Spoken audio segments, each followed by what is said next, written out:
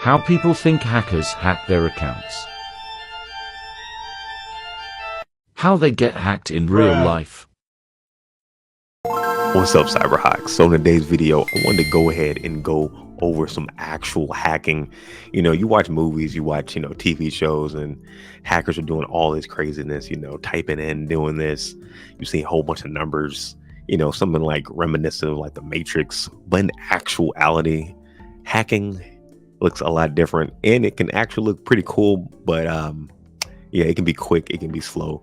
It looks a lot different than what you're actually seeing on TV. I think it's a show called like Mr. Robot that actually showing it pretty, I guess, close to reality. I think at least for the first season.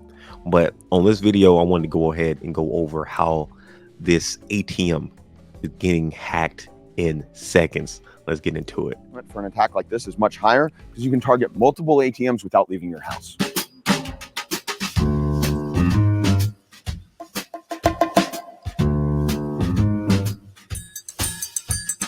This is a home-based command center. Think of it as the IT technician for this crime. This is just a standard ATM. So I'm going to withdraw $40 from this ATM. Select English, fund PIN. I'm going to make sure to protect my PIN. I'm going to do withdraw checking for 40. We have two X-Force Red $20 bills. I'm going to request $40 again. Let's see how much money I can get out. I'll take a receipt. Okay. So yeah, everything right now is looking pretty, I guess, normal, but let's continue. Now, this time, in fact, if you look at my receipt, it also says $40. There's more.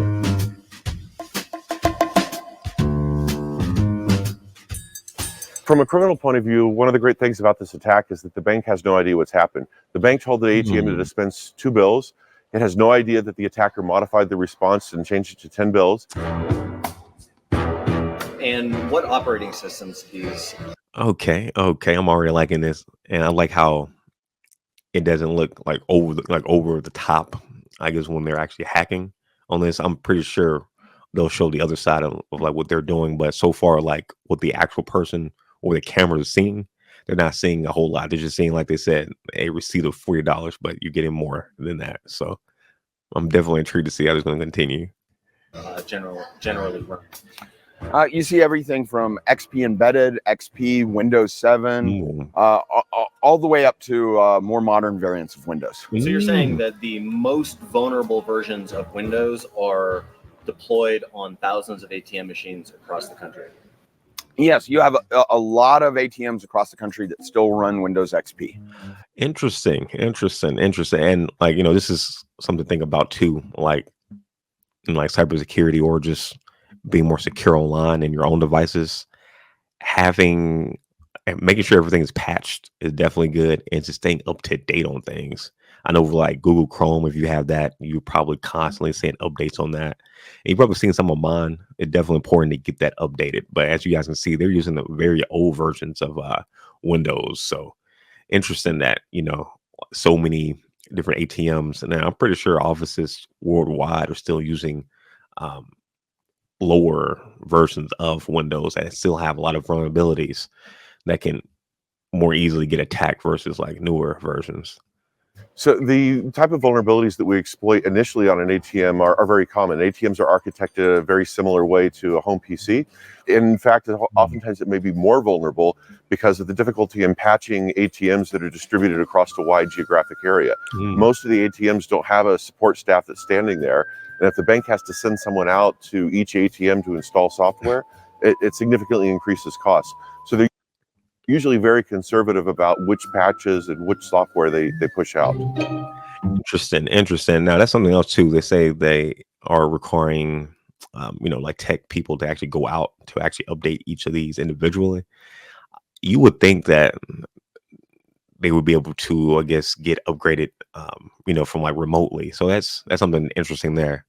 I'm assuming this is not every single ATM. I may have to look into this more. But I know there got to be some ATMs that you can update remotely, you would think. This is the receipt printer.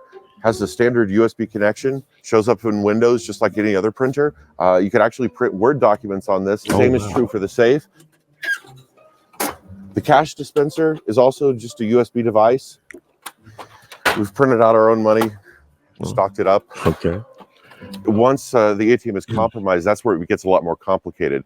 An attacker has to know how to communicate with the specialized devices. Each vendor has a separate set of hardware that they're going to be using. Every piece of software on an ATM has the potential to be a little bit different. So we create our own custom software when we're performing attacks. The attacker can monitor everything that's going on. For example, the that's just something too. I'm just thinking about that. I guess never like crossed my mind. Like for the ATM, for example, I guess if you wanted to like learn like the inside out of an ATM, or like which ones that you were thinking about hacking, if you could find one that you could buy online, for example, kind of like how you can buy like those vending machines. If you wanted to hack those, I'm assuming if you bought one, then you can like reconfigure it, play around with the insides of it, and then that should, I guess, allow you to actually hack other vending machines, for example.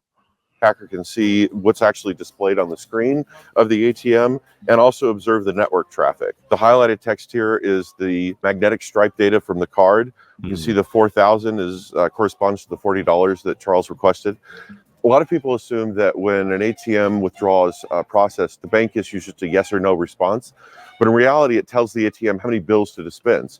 So in the response, it told the ATM dispense 2 bills, but we can modify it as the attacker, change that 02 to a 10 so that 10 bills are dispensed. Okay. Do I need 2 people? Do I need you extracting cash and some attacker sitting in a remote location synced up? Conceivably, he could do it from right outside the ATM, but it makes more sense because there's less risk to him being compromised if he can send a low-cost criminal employee to go pick up the cash for him. This is us taking control of the ATM. Now notice it goes out of service. Sometimes criminals may not want to put a card into the ATM for whatever reason, and they may just want to dispense money. It is often referred to in the industry as jackpotting. It doesn't even require a card. David is just going to remotely dispense cash. Okay.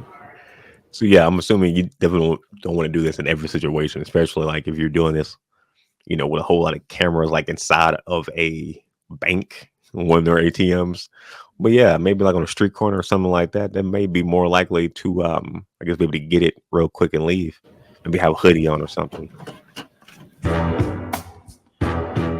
How often they're updated often depends on the volume of usage for an ATM. But an ATM like this can hold over $200,000. In fact, in certain rare instances, they can be stocked with up to $1 million.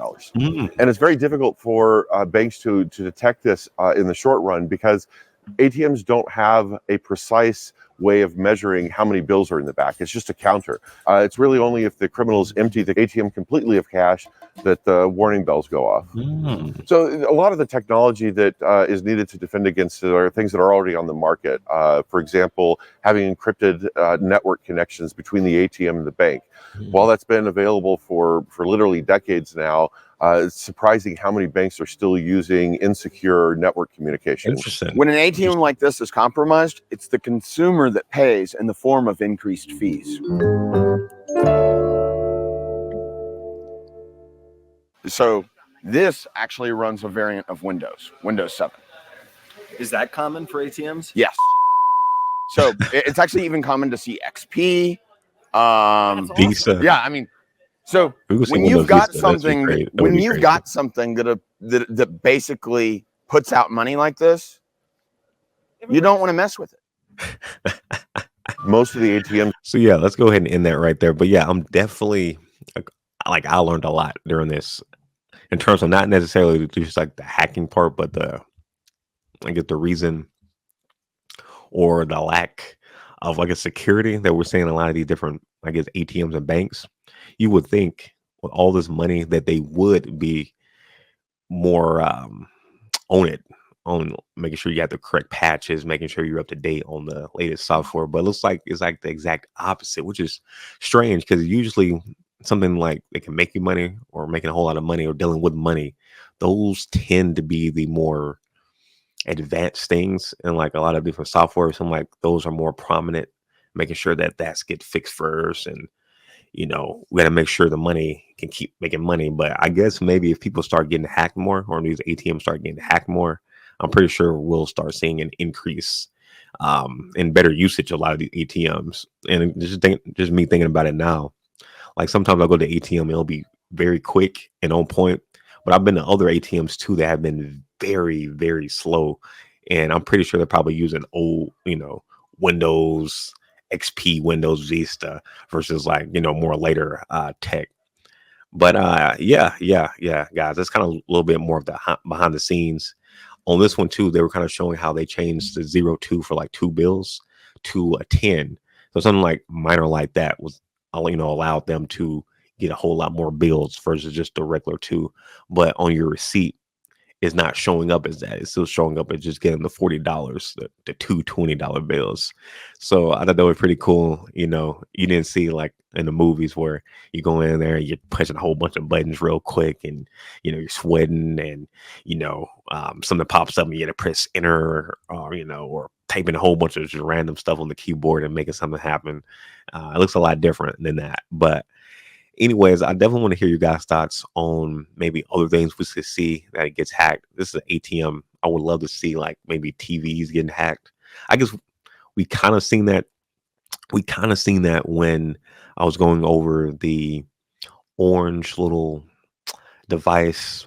I cannot think of the name of it, but you're able to control like TVs and like other things. I think they have like radio frequencies.